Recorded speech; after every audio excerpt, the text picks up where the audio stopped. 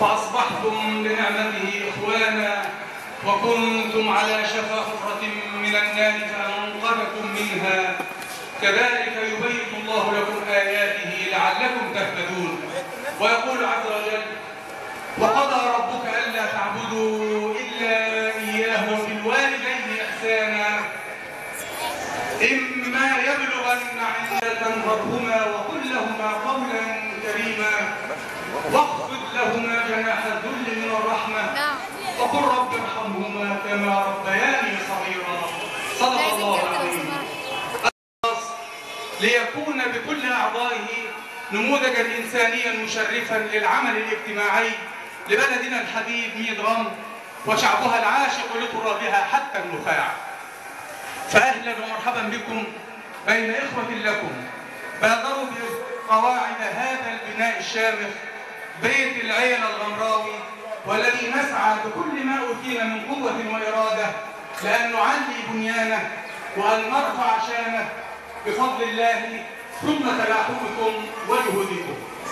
بعد هذه المقدمة أود أن أقول متحابة في بلورة فكرة بيت العيلة الغمراوي الذي كان أساسه الاعتصام بالله وحده بلا فرقة ولا تفرقة، لأننا نؤمن يقينا أن الوحدة أساس العمل والإعجاز، وأن الفرقة هي معول الهدم الأكيد لكل بناء أو إنجاز.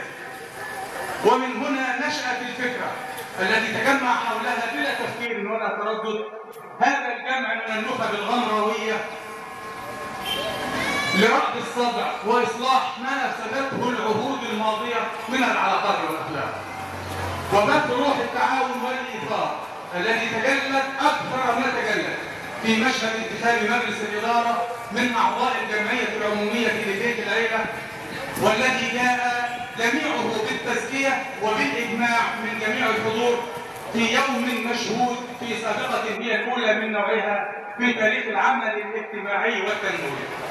لذلك أحبتي الكرام تقدم هذا الكيان بخطوات سريعة مذهلة في إنجاز العديد من الفعاليات. ابدأ بنفسك وتقصير المواطنة وغيرها من الفعاليات التي قام بها هذا الكيان في زمن قياسي جدا، وليس هذا بغريب على أناس رفعوا الحب شعارهم وجعلوا الإيثار والتوحيد دستورهم. فهنيئا لميت غمر، فهنيئا لميت غمر بهذا الطرح الذي نرجو أن يكبر ويكبر حتى يسعى كل أبناء هذا البلد الكريم لنحقق معا ما عجزت عن تحقيقه حكومات الفساد والضلال القديم.